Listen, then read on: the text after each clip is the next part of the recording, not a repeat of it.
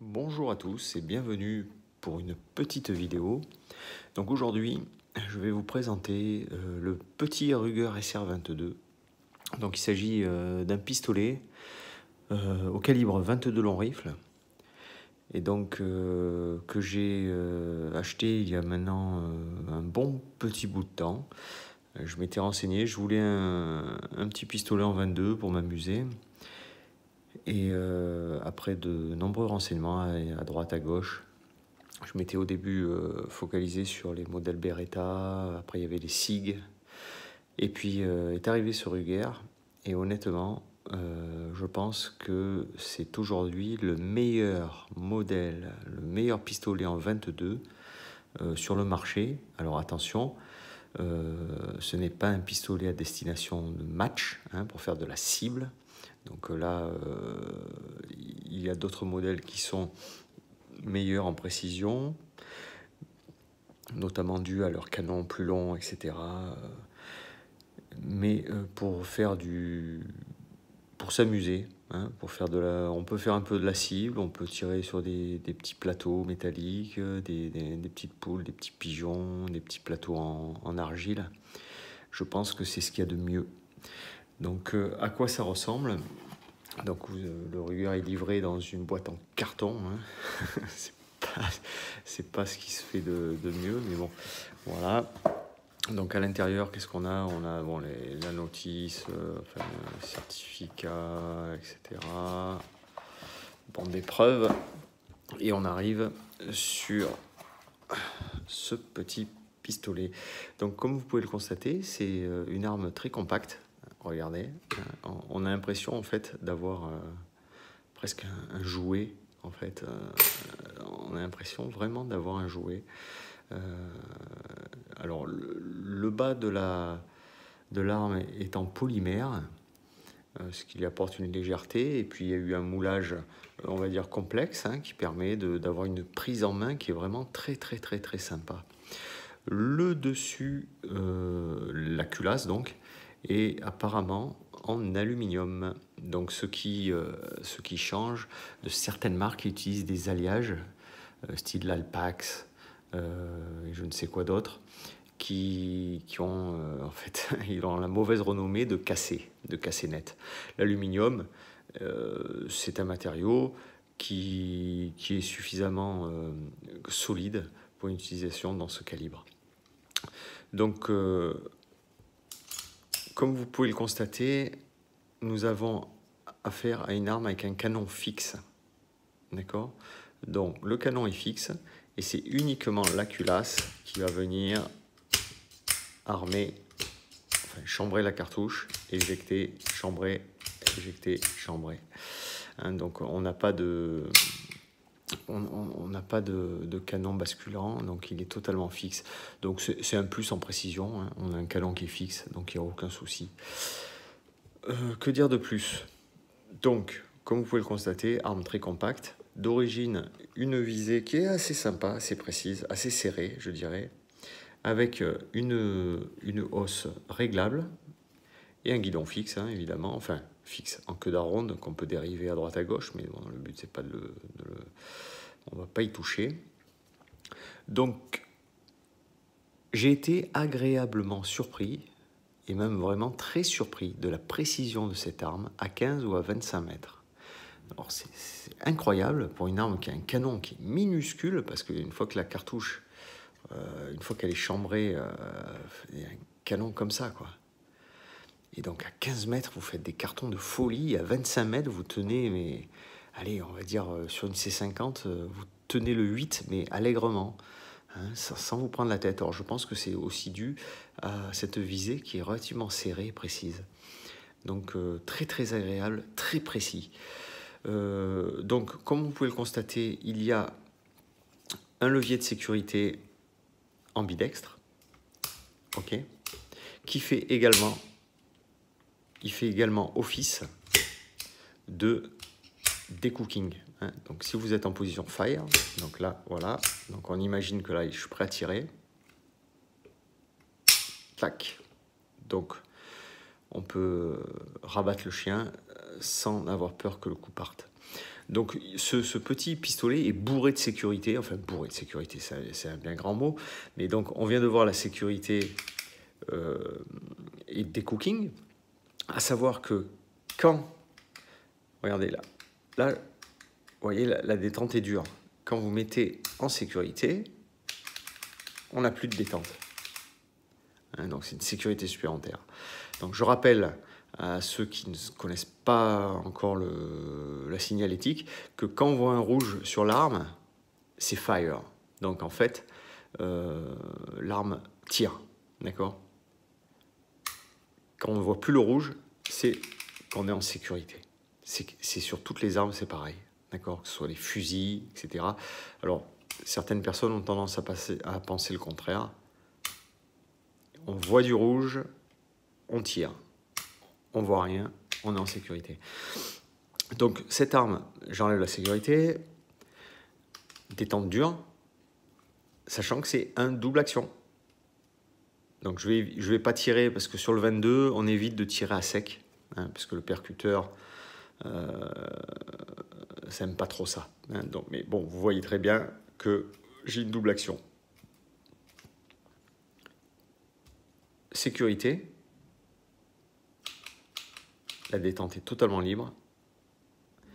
Et on a également une sécurité de chargeur. C'est-à-dire que, tac, là, vous voyez que j'ai la double action, le coup peut partir. J'enlève le chargeur, j'ai plus rien. Vous voyez, la détente, même pas le revient, elle reste... Clac. Donc c'est vraiment très très très bien foutu. Donc on a parlé de la précision, on a parlé de la qualité. Alors la qualité perçue est vraiment sympa. Très très sympa. On a donc cette carcasse polymère avec un toucher assez sympa. Et au niveau de la poignée, on a un insert qui est d'une autre matière en fait. On a l'impression que c'est un peu plus caoutchouteux. D'accord ? Les chargeurs, donc l'arme est vendue avec 2 chargeurs, et donc ces chargeurs, je m'attarde un petit peu dessus. Pourquoi? Parce que c'est ce qui fait quelque part la qualité de l'arme. Pour prendre l'exemple, on a des pistolets SIG en 22, qui sont des armes fantastiques, qui ont des chargeurs merdiques en plastique. Et du coup, on a un incident toutes les 3 cartouches. À cause de quoi? Pas du pistolet, à cause du chargeur. Là, on a des chargeurs tôle emboutis, avec index pour la planchette élévatrice qui nous permet de mieux charger, d'introduire les cartouches en 22. Le petit talon de chargeur, donc à savoir que voilà, il est vendu avec 2 chargeurs. Qu'est-ce qu'on a d'autre dans la boîte? Alors, les trucs que je découvre un peu parce que honnêtement, je ne me suis pas attardé. Alors oui, on a le talon de chargeur. Donc là, on a un talon de chargeur avec un bec qui permet, vous voyez, en fait, voilà, de rallonger légèrement, hein, comme on voit sur les Glock, souvent les Glock compacts, hein, de rallonger pour avoir une prise en main nickel avec les 3 doigts sur la crosse. Après, si vous voulez, vous pouvez passer sur un mode plus compact et changer pour arriver. Vous voyez, vous perdez le petit bec. Donc ce sera plus compact, mais bon, il y aura le petit doigt qui va flotter. Mais bon, après ça, c'est pas très grave. Qu'est-ce qu'on a d'autre? Donc on en a 2. On a un drapeau. Et on a, je l'avais retiré tout à l'heure, donc ça, c'est un petit tournevis qui n'est pas d'origine. Je l'enlève. On a une petite clé de démontage, on va voir pourquoi. Et on a un petit insert. Alors cet insert, ouais, vous voyez un peu la différence au niveau de la courbure là. Voilà. Donc ça s'enfile comme une chaussette apparemment. Je l'ai jamais, honnêtement, c'est tellement petit, tellement compact que j'ai pas cherché à comprendre si la prise en main était bonne ou pas, parce qu'on a l'impression qu'un enfant de 6 ans peut tirer avec. Donc c'est pour ça que je me suis jamais demandé si on pouvait changer la crosse. Alors, le pourquoi du comment de cette petite clé, c'est que j'ai pris le modèle avec filetage. Et donc c'est très sympa parce que bon, le modérateur, je ne l'ai pas avec moi. J'aurais bien monté, mais bon, on sait tous à quoi ça ressemble. Donc ce qu'il y a de sympa, c'est que contrairement à des armes, vous voyez, où on a le filetage avec le canon qui dépasse et on a le bouchon de filetage. Celle-ci, on n'a rien qui dépasse, regardez. On a vraiment l'impression d'avoir... on a l'impression d'avoir une arme classique. On dévisse. On visse le modérateur. Et quand on ferme, le modérateur, il s'arrête. Parce qu'en fait, il faut un modérateur avec une bague. Hein. Donc le modérateur a une bague qui permet de prendre juste cette épaisseur-là. Hein. Donc il n'y a rien de vraiment spécifique, de folie qu'on ne va pas trouver. À l'armurier, il en avait X modèles. J'en ai pris un au hasard. Et ça s'adapte nickel. Donc ça se visse là-dessus. Ça prend pile poil l'épaisseur du canon. Et quand vous refermez la culasse, on a le modérateur qui est pile poil au bout de l'arme. Alors, une attention quand même, c'est sur le diamètre du modérateur. Parce que le modérateur, il va venir ici. Et vous avez une prise de visée quand même. Donc, moi, le modérateur que j'ai pris est très petit et on est en limite. Donc, en rapport du modérateur que vous allez prendre, quand vous allez viser, ben, vous allez avoir le rond qui va dépasser là. Vous voyez ce que je veux dire ? Donc, bon, c'est pas sympa, mais bon. Après, on va pas mettre un modérateur de son pour faire de la super précision. Hein. Je veux dire, il suffit de pointer, on sait où on tire. Alors, mon modérateur est un modérateur, j'avais payé une 60aine d'euros, que je regrette parce que c'est une grosse daube, en fait. Une grosse daube parce que, avec ou sans, on se casse les oreilles. Alors que sur Internet, j'ai vu des personnes utiliser ce même pistolet avec des modérateurs, on va dire, plus chers. Mais bon, de 60 euros, j'aurais mis 40 balles de plus. Mais là, l'armurier m'a dit, ouais, c'est pareil, donc j'ai pris le truc à 60 balles.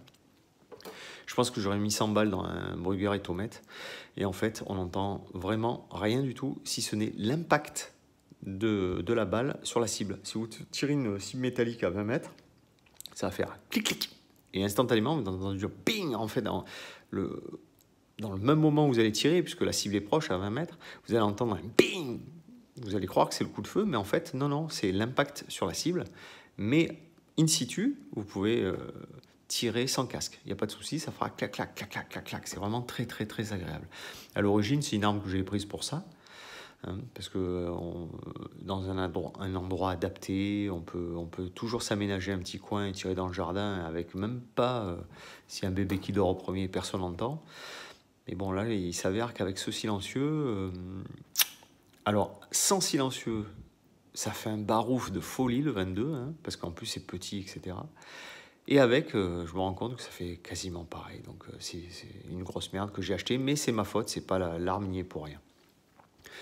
Donc voilà pour cette petite présentation de ce Ruger SR22. Que dire ? Que personnellement, finalement, c'est une arme que j'utilise très très très peu. Et je pense que je vais m'en séparer. Je vais faire un euro-tireur.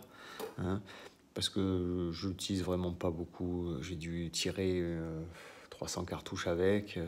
Et c'est vrai que je m'entraîne souvent sur des petits gongs métalliques, etc. C'est pas assez puissant pour les faire tomber. Alors bon c'est super rigolo. Si vous avez par contre, vous avez une compagne qui aimerait tirer, vous avez un enfant, un adolescent qui aimerait un petit peu tirer, alors là c'est l'arme parfaite, hein, parce que madame, il n'y a pas de recul, il n'y a rien du tout, il y a un peu de bruit, mais c'est tout. Et pour l'enfant, pareil, une maîtrise totale de l'arme, en plus vraiment très petite, avec une prise en main de malade. Là, moi j'ai l'impression d'avoir vraiment un jouet. Quand je mets mon doigt le long de la détente, j'ai l'impression que quasiment mon doigt, je peux me tirer dans le doigt si je fais pas attention.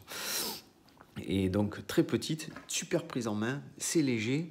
Et là, ce que je n'ai pas dit jusqu'à présent, c'est que je n'ai jamais eu un seul incident. Donc vous chargez à 10. Vous mettez 20 cartouches dans vos chargeurs et vous pouvez les enfiler d'affilée. Vous changez. Jamais un seul incident. Et ça, pour ça... Et attendez, c'est jamais un seul incident avec de la cartouche Décathlon, hein, d'accord? Voilà, cartouche Décathlon, la moins chère qui existe, hein, donc ça coûte rien du tout. Je l'achète par carton là, ça vaut rien du tout. Hein, donc vous voyez, il n'y a pas besoin, parce que des fois vous entendez, oui, sur ce 22, il cycle bien, mais il faut acheter des X, des Stinger, des ci, des là. Là, c'est de la folie avec du Décathlon, sachant que le seul, on va dire, point noir du Décathlon, c'est la tête en plomb qui va avoir une tendance, enfin vous connaissez, hein, le 22, à encrasser à ce niveau-là, hein, de la rampe d'alimentation, là. Hein, donc voilà, donc il faut savoir que, bon, il va falloir nettoyer tous les 300 cartouches, hein. De toute manière, au bout d'un moment, ça provoque un incident, hein, donc il n'y a pas de souci. Hein. Donc voilà, écoutez, si vous avez des questions sur ce petit Ruger SR22, n'hésitez pas, je me ferai un plaisir à vous répondre. Je ne suis pas un collab sur cette arme, je la connais très peu. Donc pour son démontage, on n'en a pas parlé, j'en parle sommairement. Donc vous avez ici un petit téton là, qui se tire et vous enlevez la culasse. Le canon reste fixe. Pour enlever le canon, il faut le dévisser par-dessous avec une clé à 6 pans, mais c'est une clé avec un pas américain ou je sais pas quoi en fait. Moi j'avais un trousseau de clés à 6 pans et je me suis dit là, forcément il y a le modèle. Ben non, il y avait le trop gros et le trop petit, mais au milieu il n'y avait pas. Mais bon, le canon, c'est rien de le démonter, on met un petit coup d'écouvillon dedans, ça reste relativement clean. Voilà, voilà. Écoutez, si vous avez des questions, n'hésitez pas et je vous dis à très bientôt pour une autre vidéo. Bye bye.